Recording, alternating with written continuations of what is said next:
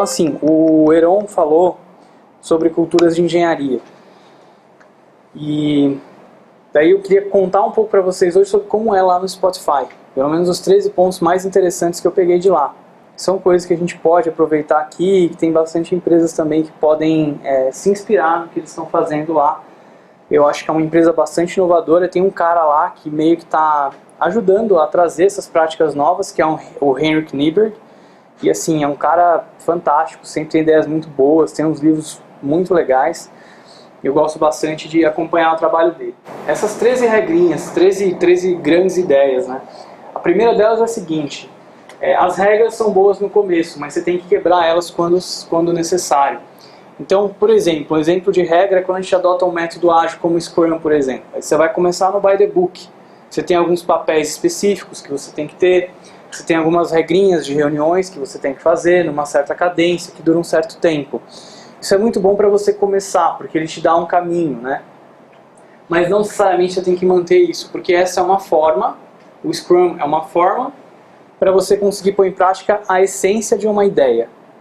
E aí você pode mudar a forma, mas continuar fiel à essência. E aí você quebra uma regra, mas você se mantém fiel à essência, que é a agilidade, por exemplo. Então você tem que muitas vezes questionar as regras, né? Para não cair naquela história dos macacos lá, que continuavam sempre fazendo as mesmas coisas sem saber por quê. Os times têm que ter uma responsabilidade de ponta a ponta.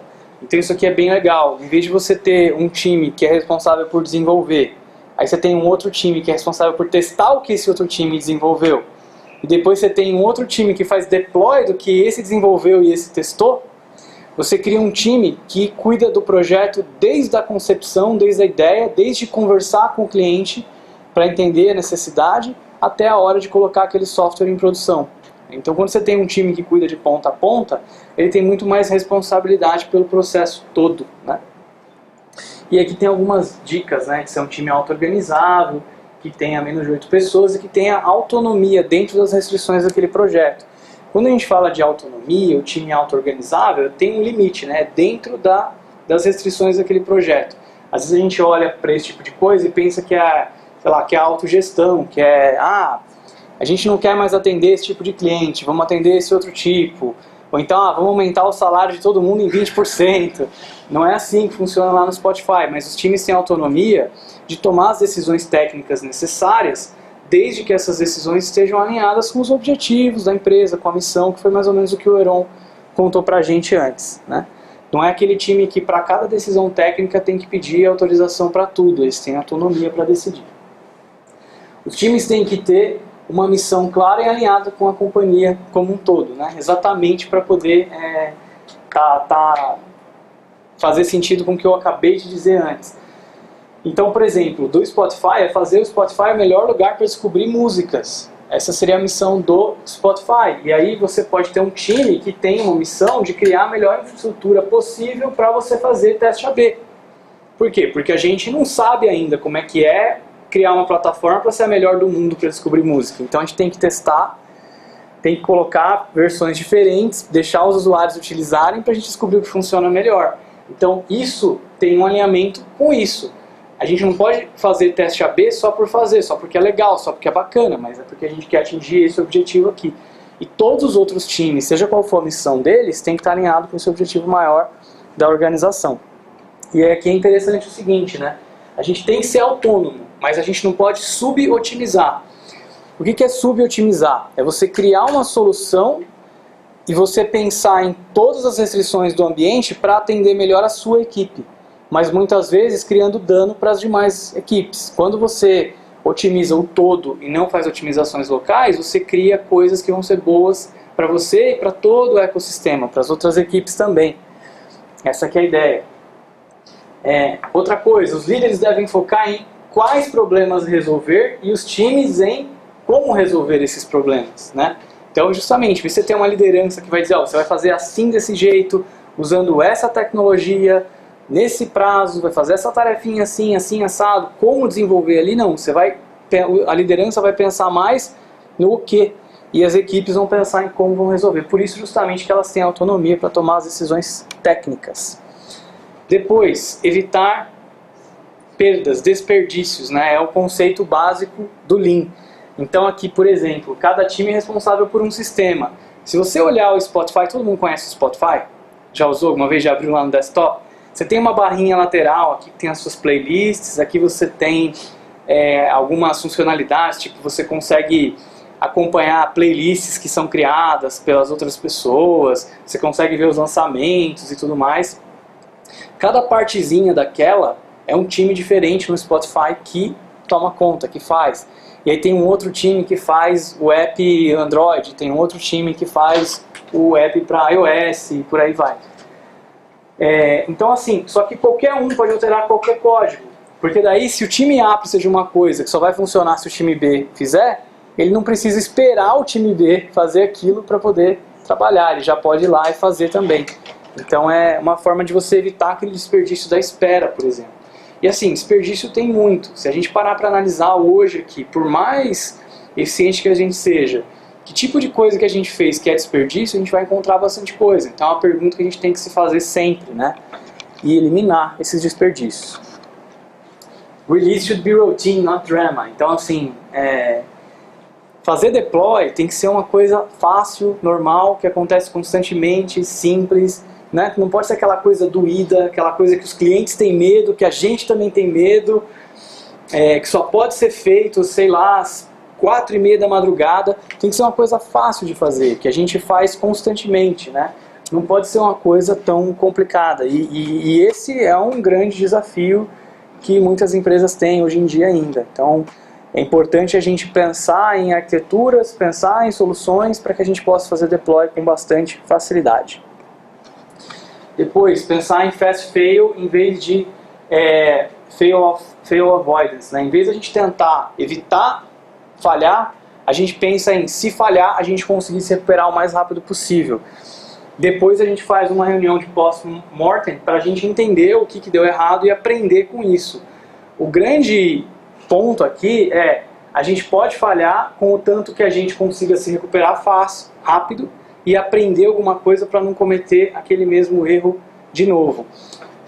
O grande problema é o seguinte: se você não assume riscos, você não tem como inovar, você não tem como fazer algo novo, porque inovar, fazer algo diferente, implica em assumir o risco de não dar certo, e aí se você nunca pode errar, você não consegue também inovar. Então ambientes que são extremamente aversos à falha, também são ambientes que não inovam. Então por isso que eles fazem isso. Que é exatamente o próximo slide. Se você quiser ter 100% de previsibilidade, você tem 0% de inovação, né? Quando você consegue prever exatamente tudo como vai acontecer, você tem risco zero. Então, por exemplo, se fosse um investimento que eu dissesse para você, você põe R$100 hoje, que amanhã você vai receber R$2.000. Certeza. Não tem como não dar certo. Que risco você corre? Nenhum risco, né? Porque você sabe que vai acontecer aquilo daquele jeito. A bolsa de valores ela tem um risco alto, por quê? Porque ela é extremamente volátil, imprevisível. Se alguém soubesse as ações que vão subir amanhã e as que vão cair, provavelmente já estaria rico, né? Porque teria como prever e ter altos ganhos. Mas exatamente porque não é assim, são investimentos altamente arriscados, né? Então tem algumas técnicas para a gente poder trabalhar com riscos e poder inovar. Fazer coisas legais, realidade. Então aquela ideia de que no ambiente de trabalho a gente pode levar o trabalho a sério sem trabalhar sério o tempo todo. Pode ser divertido trabalhar e ao mesmo tempo a gente conseguir fazer coisas legais. Então ter uma cultura amigável, a gente poder ter liberdade para tomar decisões, ter, por exemplo, hackathons, que são alguns eventos que eles fazem lá também, para tornar o ambiente mais divertido. Outra coisa muito importante da cultura deles, tomar decisões com base em dados, né? Então, você levanta sempre hipóteses e aí você tenta levantar dados que vão mostrar que aquela hipótese é verdade. O que seria uma alternativa a tomar uma decisão com base em dados? Tomar uma decisão com base em opiniões. Então alguém fala assim, olha, eu acho que essa tecnologia não é legal. E aí, porque o Portioli acha que não é legal, ninguém usa. É diferente de você mostrar informações, falar, olha, 90% das empresas estão utilizando essa outra tecnologia, e estão contentes, estão bem-sucedidas, esse aqui tem 10%, esse aqui é mais lento, esse aqui é mais difícil, a curva de aprendizado é maior. Então, decisões baseadas em dados em vez de opiniões ou ego, né? O ego geralmente é assim, você pega a pessoa que tem o maior salário da sala e ela toma a decisão independente de qualquer coisa, né? É o ego-driven ou authority-driven decision. Então decisões têm que ser tomadas com base em dados.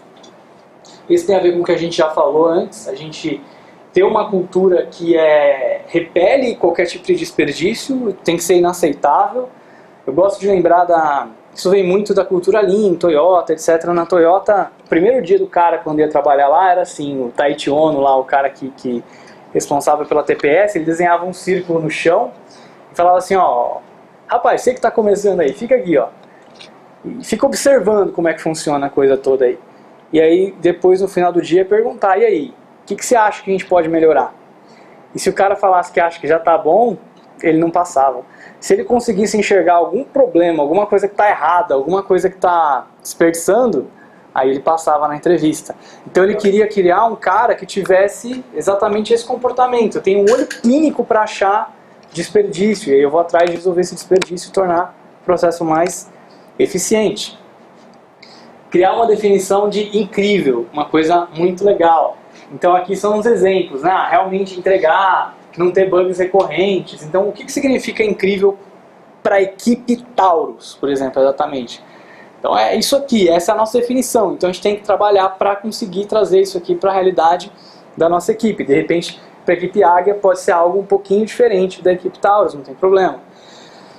E depois, né, para terminar, você é a cultura que você quer ver. Então assim, a cultura de uma organização é o que as pessoas fazem, é o comportamento que as pessoas têm no dia a dia. Então você só vai ter uma cultura que não aceita desperdício se nenhuma das pessoas aceitarem desperdício. Só vai ter uma cultura de aprendizado se todas as pessoas estiverem aprendendo, por aí vai. Então assim, você tem que se comportar da maneira com que você gostaria que fosse a cultura da sua equipe, porque você é uma grande influência para que a cultura da sua equipe mude, se você mudar seu comportamento também. Então não fique esperando alguém escrever num papel, essa é a cultura da nossa equipe. Você pode começar a mudar agora mesmo a cultura da sua equipe. E é isso aí, pessoal. Obrigado.